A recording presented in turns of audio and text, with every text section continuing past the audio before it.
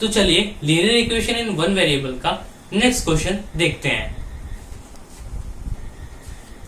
The denominator of a rational number is greater than it's numerator bye 8 if the numerator is increased by 17 and the denominator decreased by 1, the number obtained is 3 by 2. Find the rational number. ये question थोड़ा सा बड़ा है लेकिन फिर भी हम इसको समझने की कोशिश करते हैं। तो हम एक एक लाइन करके समझते हैं। The denominator of a rational number is greater than its numerator by 8. अब यहाँ पर ये बोला है कि एक रैशनल नंबर है जिसका डिनोमिनेटर उसके न्यूमरेटर से 8 ज्यादा है। If the numerator is increased by 70, मतलब अगर हमने न्यूमरेटर में 17 ऐड कर दिया and the denominator decrease by 1 और फिर उसके बाद डिनोमिनेटर से 1 माइनस कर दिया, the number obtained is 3 by 2। तो ये सारी चीजें करने के बाद जो हमें फाइनली नंबर मिलता है वो है 3 by 2। तो इस क्वेश्चन में न्यूमरेटर और डिनोमिनेटर की बात चल रही है, तो पहले समझ लेते हैं कि न्यूमरेटर और डिनोमिनेटर आखिर होते क्या है।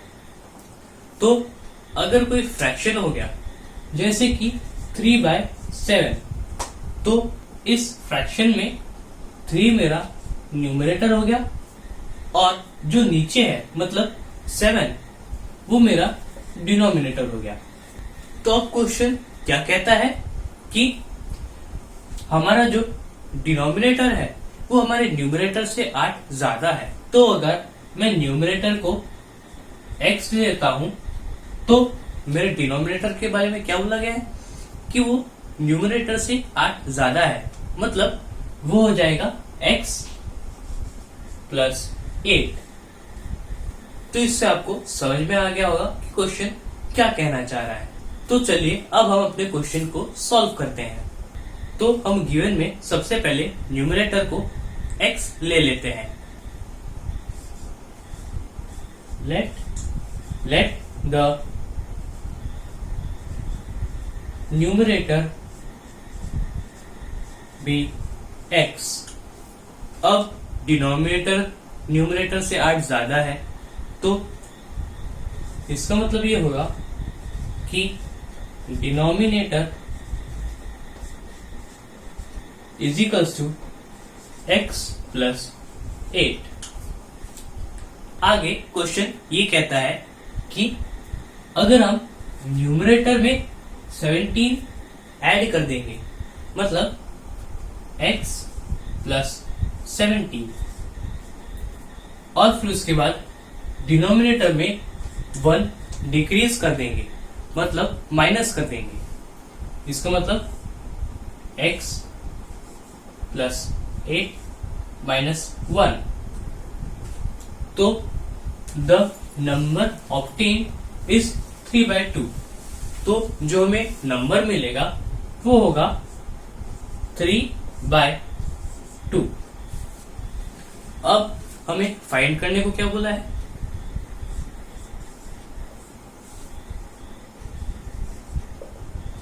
तो अब हमें ये न्यूमरेटर और ये डिनोमिनेटर फाइंड करने को बोला गया है, मतलब एक्चुअली हमें रैशनल नंबर फाइंड करना है।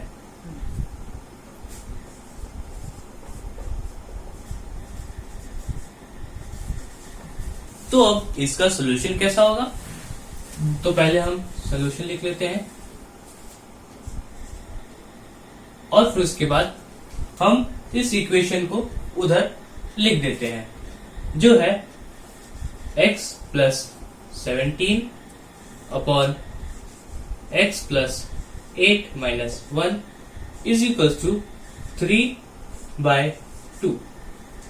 अब मैं x प्लस 8 माइनस 1 को लिख सकता हूं x माइनस 7, तो इसका मतलब ये होगा कि x plus 17 by x plus 7 is equals to 3 by 2।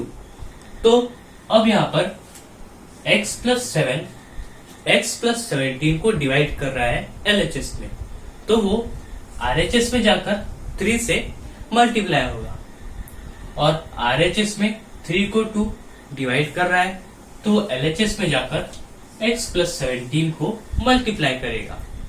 इसका मतलब होगा 2x plus 17 is equals to 3 into x plus 7। अब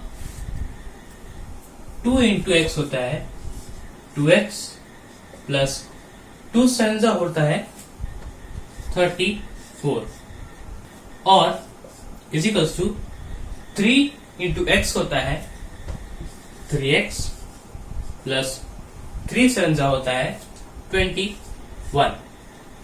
तो अब यहाँ पर LHS में 2x 34 के साथ ऐड हो रहा है, तो वो RHS में जाकर 3x को माइनस करेगा, और यहाँ पर 21 3x के साथ ऐड हो रहा है, तो वो LHS में जाकर 34 को सबट्रैक्ट करेगा।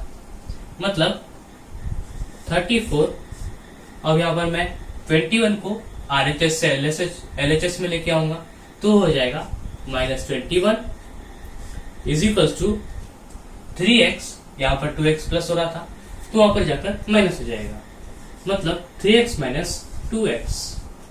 अब यहां पर हमें मिल रहा है x is equals to 34 minus 21 क्या होता है, वो होता है 13। तो x इज इक्वल्स टू हो गया 13। तो x जो है वो हमने न्यूमरेटर लिया था, तो न्यूमरेटर इज इक्वल्स टू 13, क्योंकि हमें यहाँ पर x की वैल्यू 13 मिली है। अब डिनोमिनेटर की वैल्यू कितनी हो जाएगी, वो थी x प्लस 8, मतलब 13 प्लस 8 जो होगा 21। तो हमारा डिनोमिनेटर निकल गया 21। तो हमारा रैशनल नंबर क्या हो गया,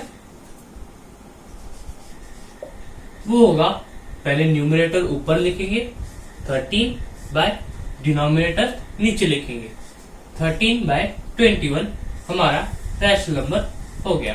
तो इसको हम चेक कर लेते हैं।